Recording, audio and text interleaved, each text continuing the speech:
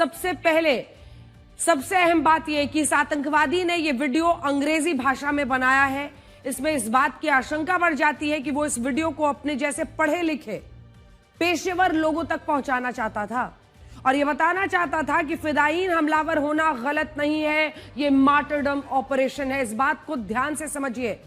उसको यह बात पता थी कि जब वो अंग्रेजी में बोलेगा तो उसका जो ऑडियंस है, यानी जिन लोगों को उसे भड़काना था, जिन लोगों को उसे सुसाइड बॉम्बिंग के लिए उकसाना था, वो पढ़े लिखे लोग थे और वो अपनी अंग्रेजी भाषा के दबदबे का असर दिखाकर यह बताने की कोशिश कर रहा था कि मैं कोई रूढ़िवादी आतंकवादी नहीं हूं, मैं तो अंग्रेजी फर्राटे से बोलता हूं और इसीलिए आज मैं ये कर रहा हूं।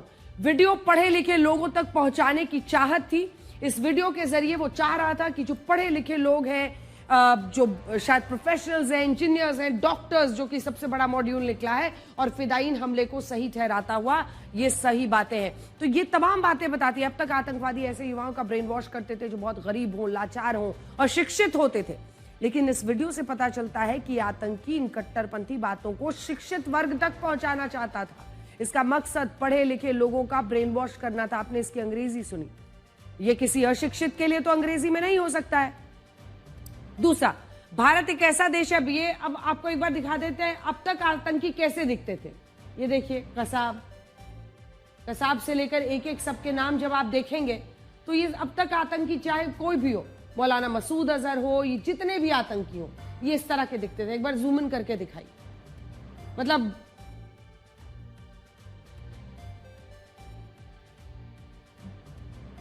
अब लेकिन जब आप इस डॉक्टर को देखते हैं उसके बाद बात समझ जाती है, बदल जाती है। हमने आपको बताया ना कि 3 बड़ी बातें क्या है। दूसरी बड़ी बात उसकी यह थी कि भारत एक ऐसा देश है जहां बहुत सारे लोग अंग्रेजी भाषा बोलने वालों को सुपीरियर मानते हैं। इस बात से इनकार नहीं किया जा सकता। एक सेंस ऑफ सुपीरियरिटी होती है और ऐसे लोगों में से उन्हें सेंस ऑफ फियर यानी डर की भावना पैदा नहीं होती और हो सकता है कि यह वीडियो इसी वजह से अंग्रेजी भाषा में उसने बनाया हो। इसे आप ऐसे भी समझिए कि आमतौर पर लोगों के जहन में एक आतंकवादी की छवि ऐसी होती है जिसमें वो हथियारों के साथ खतरनाक दिखता है। लोग कभी ये नहीं सोचते कि एक आतंकवादी डॉक्टर हो सकता है, अंग्रेजी भाषा में आत्मघाती हमलों को नॉर्मलाइज तरीके से पेश कर रहा है। आप देखिए कितने सरल भाव के साथ वो अंग्रेजी में बोल रहा है, लेकिन इस वीडियो में ऐसा ही किया गया है। इससे आप ये भी समझ सकते हैं कि अगर पढ़े लिखे लोग कट्टरपंथ की तरफ जा रहे हैं तो इसी वजह से ये नए तरीके कट्टरपंथ की तरफ उन्हें ले जा रहे हैं। लोगों के दिमाग में आतंकी की छवि ऐसी होती है, हथियारों वाला, सर ढककर, नाक ढककर, खतरनाक दिखने वाला। लेकिन अगर ऐसा शख्स जो आम एक डॉक्टर हो वो ऐसा दिखेगा तो तमाम मतलब बहुत खतरनाक तस्वीर दिखती है। और ऐसे लोग अपने अंग्रेजी फर्राटेदार भाषा के जरिए अगर कट्टरपंथ की तरफ लोगों को ले जा रहे हैं तो आप समझ सकते हैं। और अब आतंकवादी संगठन भी पुराने जमाने के तरीकों से आगे बढ़ गए हैं। वो पढ़े लिखे लोगों, खासकर युवाओं, प्रोफेशनल्स, उसी तरह आतंक की तरफ ले जाना चाहते हैं जिन तरीकों और भाषा को ये युवा समझते हैं। तो इसके पीछे भी एक सनसनीखेज कहानी है जिसे आप सबको बहुत ध्यान से सुनना चाहिए और ये देखना चाहिए कि आतंकवादियों का ब्रेन वॉश आखिर कैसे होता है। 2 साल पहले जब डॉक्टर्स का आतंकी मॉड्यूल तैयार होना शुरू हुआ तब यह तय हुआ था कि इस मॉड्यूल के सभी डॉक्टर, आपने सही सुना, इस मॉड्यूल के सभी डॉक्टर एक फिदायीन हमलावर को तैयार करेंगे और बाद में यही फिदायीन हमलावर खुद को बॉम्ब के साथ उड़ाकर आम लोगों की जान लेगा। ये पूरा डॉक्टर्स का मॉड्यूल बन रहा था। इनकी तरफ से यह तय किया गया था कि ये सारे डॉक्टर मिलकर एक फिदायीन को तैयार करेंगे, फिदायीन तैयार करेंगे जो इनकी तरफ से इकट्ठा किया हुआ सारा जो एक्सप्लोसिव्स था उसको लेकर धमाका करेगा। शुरुआत में इस काम के लिए अनंतनाग के जासिर बिलाल उर्फ दानिश को चुना गया। ये देखिए चेहरा आपके सामने है, जिसने पॉलिटिकल साइंस से ग्रेजुएशन की पढ़ाई की थी और वो एक अच्छे खासे परिवार से था और उसके पिता सूखे मेवे के स्थानीय व्यापारी थे। चेहरा देखिए। ऐसे मतलब सबसे पहले जो इनका टारगेट था कि हमें एक फिदायीन हमलावर चाहिए। एक्सप्लोसिव्स तो वो इकट्ठा कर रहे थे, लेकिन उसको धमाका उससे कौन करेगा, कौन अपने आप को, अपनी जान उड़ाकर, अपने आप को उड़ाकर लोगों को मारेगा। तो सबसे पहले इसी को टारगेट किया था, जासिर बिलाल वानी। अक्टूबर 2023 में कुलगांव की एक मस्जिद में जासिर बिलाल की मुलाकात कुछ डॉक्टर से हुई, जिनमें डॉक्टर मुजम्मिल गनई और डॉक्टर उमर मोहम्मद भी शामिल था। ये दोनों।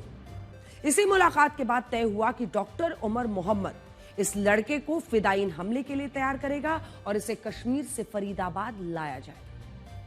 फरीदाबाद में अल फलाह यूनिवर्सिटी के पास डॉक्टर उमर मोहम्मद के एक नया कमरा किराए पर लिया और इसी कमरे में जासिर बिलाल की ट्रेनिंग शुरू हो गई। उसे यह बताया गया कि वो अल्लाह का बंदा है और उसे फिदायीन हमला करके अपनी शहादत देनी है।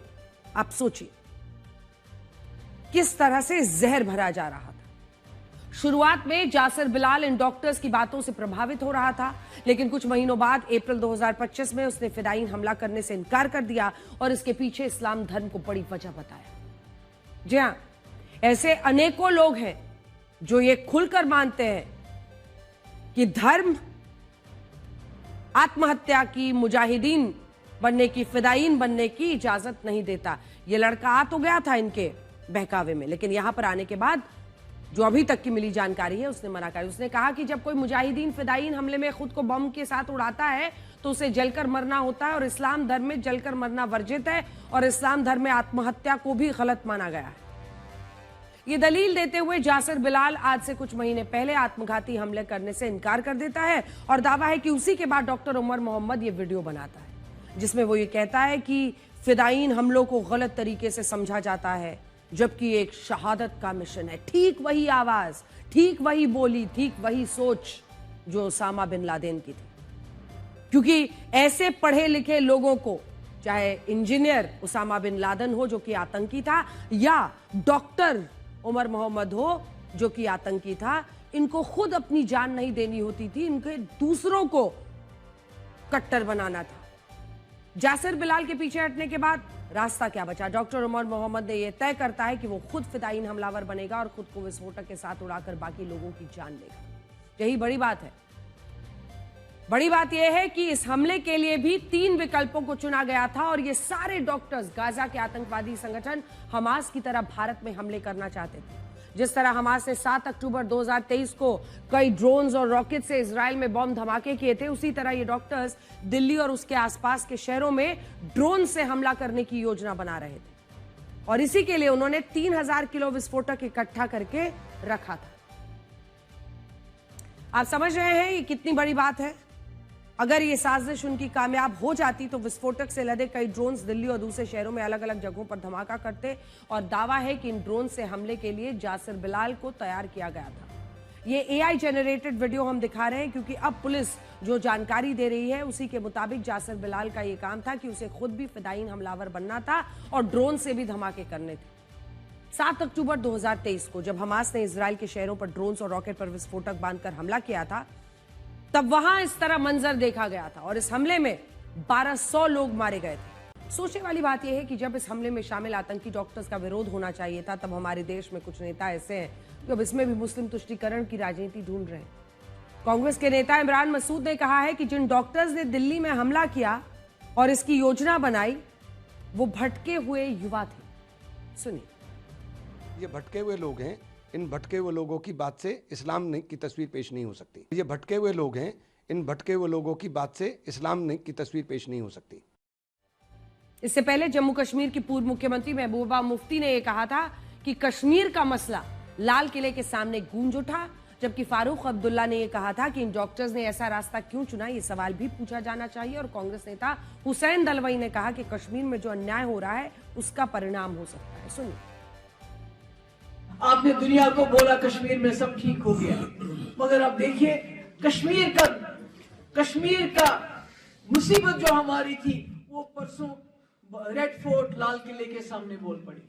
खाली जब जम्मू कश्मीर में नौजवान पढ़ा लिखा डॉक्टर अपने ऊपर आरडीएक्स बांध के अपनी जान उड़ाएगा, उसके साथ कई लोगों को उड़ाएगा, तो मुल्क में तो कोई सेफ्टी नहीं है। कब वो दिन आएगा हमको भरोसा आएगा नहीं हम लोग हिंदुस्तानी हैं? कब? और हम जिम्मेवार नहीं है इस चीज के। जो जिम्मेवार है उनसे पूछे क्यों इन डॉक्टरों को ऐसा क्या हुआ कि इन लोगों को यह रास्ता इख्तियार करना पड़ा, क्या वजह थी? अपनी चिंता है, इन डॉक्टर्स की चिंता है कि इनको क्यों ये रास्ता अख्तियार करना पड़ा, लेकिन इस बात की चिंता नहीं है कि आतंकियों का सफाया कैसे होगा, शह देकर कि अपने अपने वोट बैंक की राजनीति में ये तमाम पार्टियां अब घुस गई हैं मैदान में। अब यहां बड़ा सवाल यह है कि अगर आम जनता का प्रतिनिधित्व करने वाले ये नेता खुद आतंकी डॉक्टर्स के मॉड्यूल का बचाव करेंगे, कोई उन्हें भटका हुआ कहेगा, कोई उल्टा पलट के उनकी तरफ से पूछेगा कि उनको ये रास्ता क्यों अपनाना पड़ा, इस पर चिंता कीजिए, जवाब दीजिए। ये देश कहां जाएगा? और ऐसा क्यों है कि इस धमाके में जो बेकसूर लोग मारे गए उनके लिए ये नेता कुछ नहीं कह रहे, लेकिन जिन डॉक्टर्स ने इनकी जानें ली उन्हें भटका हुआ युवा बताया जा रहा है। और ऐसा नहीं है कि ये पहली बार हो रहा है। हमारे देश में कई लोग ऐसे हैं जो इससे पहले अफजल गुरु और याकूब मेमन जैसे आतंकवादियों का भी बचाव कर चुके हैं, और इन पर आरोप लगता है कि ये सारे बयान मुस्लिम तुष्टीकरण यानी मुसलमानों को खुश करने के लिए दिए जाते हैं। लेकिन हमारा मानना है कि अगर ये सारे नेता मुस्लिम तुष्टीकरण के लिए ऐसे बयान दे रहे हैं तो ये बहुत बड़ी गलती कर रहे हैं। मैं आपको बड़ी स्क्रीन पर कुछ आंकड़े दिखाना चाहती हूं, क्योंकि आज अगर आप देखेंगे मौजूदा वक्त में सोशल मीडिया भारत के युवाओं के लिए कैसे एक बहुत बड़ा खतरा बन गया है। सोशल मीडिया भारतीय युवाओं के लिए अगर खतरा है तो आतंकी संगठनों के निशाने पर है वो लोग जो सोशल मीडिया का इस्तेमाल करते हैं। मौजूदा वक्त में सोशल मीडिया भारत के युवाओं के लिए कैसे खतरा है ये आप बड़ी स्क्रीन पर देखिए। आतंकी संगठन उन्हें अपना निशाना इन्हीं सोशल मीडिया प्लेटफॉर्म्स के जरिए करते हैं। इन आतंकियों से कैसे बचा जा सकता है, इसके लिए आपको ये रिपोर्ट जरूर देखनी चाहिए। दिसंबर 2024 में केंद्र सरकार ने राज्यसभा में बताया था कि एनआईए की अलग अलग टीमों ने ऐसे 67 मामलों की जांच की है जिनमें कट्टरपंथी बने युवाओं को सोशल मीडिया के जरिए बरगलाया गया, उनको उकसाया गया। 67 केसेस, जूम इन कीजिए, 2024 का मामला है। 67 केस आए आतंकवादी बनाने के 2024 में, ये एनआईए की रिपोर्ट कहती है। और ऐसे में कट्टरपंथी युवाओं को सोशल मीडिया से ही उकसाया गया था। अगर आपके बच्चे सिग्नल ऐप ध्यान से सुनिए, क्योंकि कई लोग माता पिता रहते हैं वो उनको लगता है कि बस एक व्हाट्सएप है, व्हाट्सएप पे ही सब कुछ हो रहा है, लेकिन अपने बच्चे का मोबाइल चेक कीजिए। सिग्नल ऐप, टेलीग्राम भी एक ऐप है जिसके जरिए बातचीत होती है, भड़काया जाता है। ऑनलाइन वीडियो गेम्स, अगर वो बंद कमरों में वीडियो गेम्स खेल रहे हैं उनको शिकार बनाया जा सकता है। व्हाट्सएप भी, व्हाट्सएप का चैनल ही तो था जैशे मोहम्मद का, और करोड़ों करोड़ फॉलोअर्स रहते हैं। आप देखिएगा वहां जाकर व्हाट्सएप चैनल्स, कई लोग तो इसके बारे में शायद जानते भी नहीं है। व्हाट्सएप के चैनल स्कैन कीजिए कि कौन से चैनल्स वो फॉलो कर रहा है, फेसबुक, इंस्टाग्राम, किससे चैट कर रहा है। अगर वो इनका इस्तेमाल करते हैं तो संभव है कि वो आतंकी संगठनों के निशाने पर आ सकते हैं और इन्हें इन एप्स और सोशल मीडिया की मदद से कट्टरपंथियों की ओर खींचा जा सकता है। और ये बात हम गहन रिसर्च के आधार पर कह रहे हैं, क्योंकि एक नहीं अनेकों रिपोर्ट्स हैं, एजेंसियों की रिपोर्ट है। जिन डॉक्टर्स ने दिल्ली में धमाके की साजिश रची उनका ब्रेन वॉश किस ऐप पर हुआ था? टेलीग्राम ऐप के जरिए हुआ था। ये सारे डॉक्टर्स जो आप देख रहे हैं, डॉक्टर उमर मोहम्मद हो, मोहम्मद गनई हो, ये शाहीन शाहिद हो, भाई हो उसका, ये सारे के सारे जुड़े हुए थे। कौन से ऐप से? जूम इन करके दिखाइए नाम, टेलीग्राम। देखिए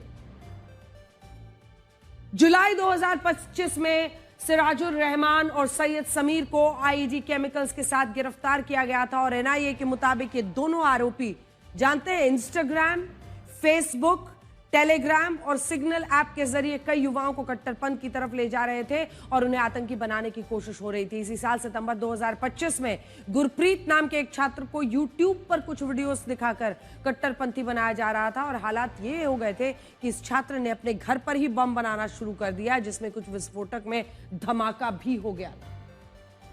यह अभी की बात है। सोशल मीडिया पर जिन युवाओं को निशाना बनाया जा रहा है उन्हें व्हाट्सएप ग्रुप पर जैश और लश्कर से जोड़ने की कोशिश हो रही है। हाल ही में जांच एजेंसियों ने जैश के एक व्हाट्सएप ग्रुप का खुलासा किया था जिसका नाम है मरकज सैयदाना तमीम दारी, जिससे 13,000 लोग जुड़े हुए थे। और इसी हफ्ते इंडिया टुडे की रिपोर्ट के बाद इस व्हाट्सएप ग्रुप को आतंकियों ने अब बंद कर दिया है। इस ग्रुप का आप यहां पर देख रहे हैं, व्हाट्सएप ग्रुप पर जैश लश्कर के जोड़ने की बात थी। 13,000 लोग इस पर जुड़े हुए थे और इसी पर ऐसे खतरनाक वीडियोस जिसमें कट्टरपंथ सिखाया जा रहा था, फिदायीन की बात हो रही थी, ये सब कुछ उसी पर चलाया जा रहा था। भारत एक ऐसा देश है जहां 35 साल से कम उम्र के लोगों की आबादी है 94 करोड़। भारत में युवाओं का स्क्रीन टाइम हर दिन 7 घंटे से ज्यादा होता है।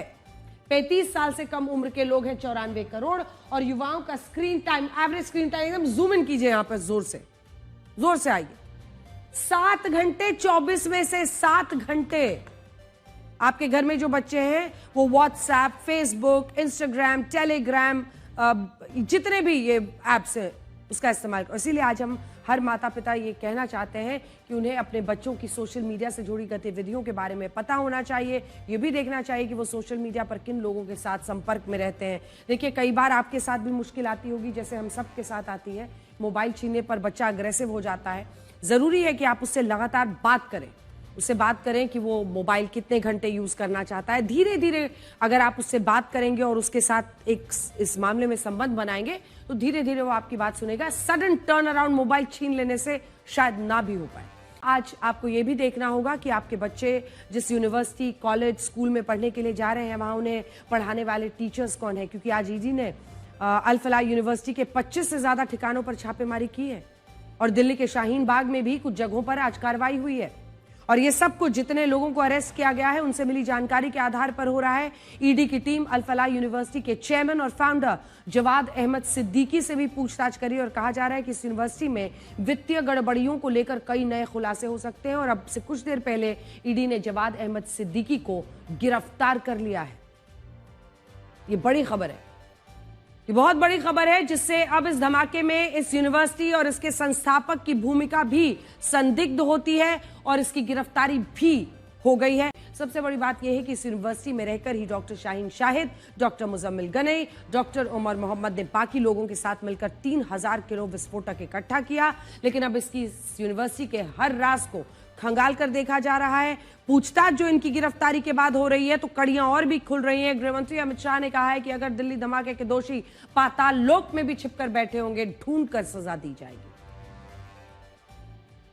इसके अलावा आज हमें एक तस्वीर मिली है जिसमें यह दिख रहा है कि लखनऊ की डॉक्टर शाहीन शाहिद ने कुछ वक्त पहले फरीदाबाद में एक नई गाड़ी खरीदी थी और इस दौरान उसके साथ डॉक्टर मुजम्मिल गनई भी मौजूद था, जिसके 2 ठिकानों से 2900 किलो विस्फोटक बरामद हुआ। अब जांच एजेंसियां इन डॉक्टर्स के साथ अल फलाह यूनिवर्सिटी की पूरी कुंडली को खंगाल रही है। देखिए, दोनों निकले हैं कार शॉपिंग के लिए।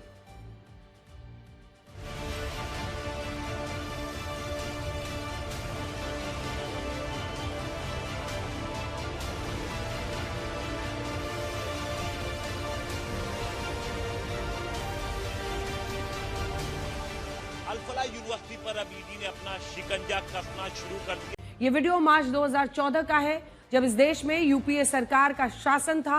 और इस वीडियो में उस वक्त ऑस्ट्रेलिया के कार्यक्रम में एनएसए अजय डोवाल ने कहा था कि पाकिस्तान की खुफिया एजेंसी आईएसआई ने भारत की जासूसी के लिए मुसलमानों से ज्यादा हिंदुओं को भर्ती किया है। और उन्होंने इस वीडियो में भारत के मुसलमानों की काफी तारीफ भी की थी। लेकिन क्या आपको पता है कि आज इस वीडियो की इतनी चर्चा क्यों हो रही है? आज बहुत सारे लोग सिर्फ इसलिए इस वीडियो को शेयर कर रहे हैं क्योंकि वो ये साबित करना चाहते हैं कि मुसलमानों से ज्यादा जासूस और आतंकी हिंदू समुदाय में होते हैं, और वो इस नैरेटिव को फैलाने के लिए एनएसए अजित डोवाल के बयान का सहारा ले रहे हैं। ये बात हमने आपसे कल भी कही थी कि जिस देश में, इसी देश में जो लोग सबसे ज्यादा ये कहते हैं कि आतंकवाद का धर्म नहीं होता, वही लोग धर्म के नाम पर नैरेटिव फैलाने का काम करते हैं कि हिंदू धर्म के लोग भी यही कर रहे हैं।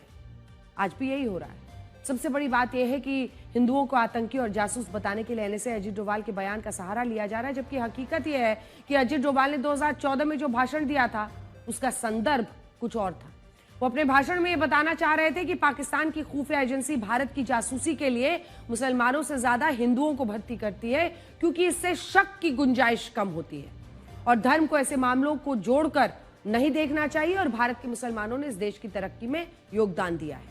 लेकिन ये हमारे देश का दुर्भाग्य है कि जब यहाँ लोगों को आतंकवाद के खिलाफ एकजुट होना चाहिए, तब यही लोग एक दूसरे धर्म के आधार पर नीचा दिखा रहे हैं। और एक वर्ग ऐसा है जो कैसे भी बस ये साबित करना चाहता है कि मुसलमानों को सिर्फ बदनाम किया जाता है, हिंदू धर्म के लोग भी आतंकी होते हैं। एक वक्त था जब कहा जाता था कि भारत को 2 लोगों से खतरा है, एक है हाफिज और दूसरा है हिरमा। आज ये खबर बहुत जरूरी है। आतंकी संगठन लश्कर ए तैयबा का चीफ हाफिज सईद सीमा पार आतंकवाद से खतरा पैदा करता था और नक्सली कमांडर मड़वी हिडमा देश की सीमा में रहकर उसे खोखला कर रहा था। सुरक्षा मामलों के विशेषज्ञ मानते थे कि हाफिज से पहले हिडम्मा को ठिकाने लगाना जरूरी है, इसीलिए गृहमंत्री अमित शाह ने मडवी हिडम्मा को खत्म करने के लिए सुरक्षा बलों को 30 नवंबर तक की डेडलाइन दी थी। सुरक्षा बलों ने डेडलाइन से 12 दिन पहले ही बड़ी कामयाबी दिलाई। आज सुबह छत्तीसगढ़ और आंध्र प्रदेश सीमा पर मारेडुमिल्ली के जंगलों में नक्सल कमांडर मडवी हिडम्मा को साथियों समेत ढेर कर दिया गया। जंगलों में हुए इस एनकाउंटर में नक्सली कमांडर मडवी हिडम्मा और उसकी पत्नी रजक्का मारे गए हैं। इसके अलावा इस एनकाउंटर में लकमल, कमलू, मल्ला और देवे नाम के नक्सली भी ढेर किए गए। इन नक्सलियों के पास से 2 AK-47, एक रिवॉल्वर, एक पिस्टल भी बरामद। 1 करोड़ रुपए का इनाम था। 1 करोड़ रुपए का इनामी मडवी हिडम्मा एक खतरनाक नक्सली था जो पिछले 20 वर्षों में देश में हुए 26 से ज्यादा बड़े नक्सली हमलों का मास्टरमाइंड था। मडवी हिडम्मा छत्तीसगढ़ के सुकमा में पैदा हुआ था, बस्तर क्षेत्र में काफी एक्टिव था। उसे बहुत कम लोगों ने देखा था, इसीलिए सुरक्षा बलों के लिए उसे खोजना एक बड़ी चुनौती थी। इसी साल हिडम्मा की एक तस्वीर सामने आई, जिसके बाद उसकी तलाश आसान हो गई। मडवी हिडम्मा का एनकाउंटर एक बड़ी कामयाबी है। सुरक्षा बल इस कामयाबी को नक्सलवाद के ताबूत की आखिरी कील बता रहे हैं। दरअसल देखिए, मडवी हिडम्मा को सबसे बड़ा, सबसे खतरनाक नक्सली कमांडर माना जाता है। हिडम्मा नक्सली संगठन पीपल्स लिबरेशन गुरिल्ला आर्मी की बटालियन नंबर 1 का कमांडर था। हिडम्मा की बटालियन 1 को नक्सलियों की सबसे खतरनाक हमलावर टीम माना जाता था। हिडम्मा की यह खतरनाक नक्सली टीम आंध्र प्रदेश, ओडिशा, तेलंगाना, महाराष्ट्र, छत्तीसगढ़ तमाम जगहों पर फैली हुई थी। अपनी खूनी साजिशों में माहिर हिडम्मा को बहुत कम उम्र में नक्सलियों की सेंट्रल कमेटी का सदस्य तक बना दिया गया था। 10-15 साल पहले तक मडवी हिडम्मा नक्सलियों की फ्रंट लाइन का सदस्य नहीं था, लेकिन नक्सली हमलों में इसकी बनाई गई योजना काफी चर्चा होती थी क्योंकि वो बहुत सटीक साबित होती थी। और इसी वजह से जल्द ही ये अन्य नक्सली कमांडर्स की नजर में आ गया। हिडम्मा के बारे में सुरक्षा बलों को सबसे पहले साल 2010 में हुए दंतेवाड़ा नक्सली हमले के बाद पता चला था। दंतेवाड़ा नक्सली हमला देश में हुआ सबसे बड़ा नक्सली हमला था। इस हमले में 76 CRPF जवान शहीद हो गए थे। ये जवान नक्सलियों के सर्च ऑपरेशन के बाद अपना कैंप में लौट रहे थे। दंतेवाड़ा के ताड़मेटला के पास 1000 नक्सली घात लगाकर बैठे थे। उन्होंने पूरी प्लानिंग के साथ जवानों की बस को पहले IED ब्लास्ट से उड़ाया, फिर इसके बाद उस बस पर अंधाधुंध फायरिंग की। नक्सली यही नहीं रुके, उन्होंने हमले के बाद जवानों के हथियार, यहां तक कि उनके जूते तक लूट लिए थे। आज जाकर हमने बदला लिया है।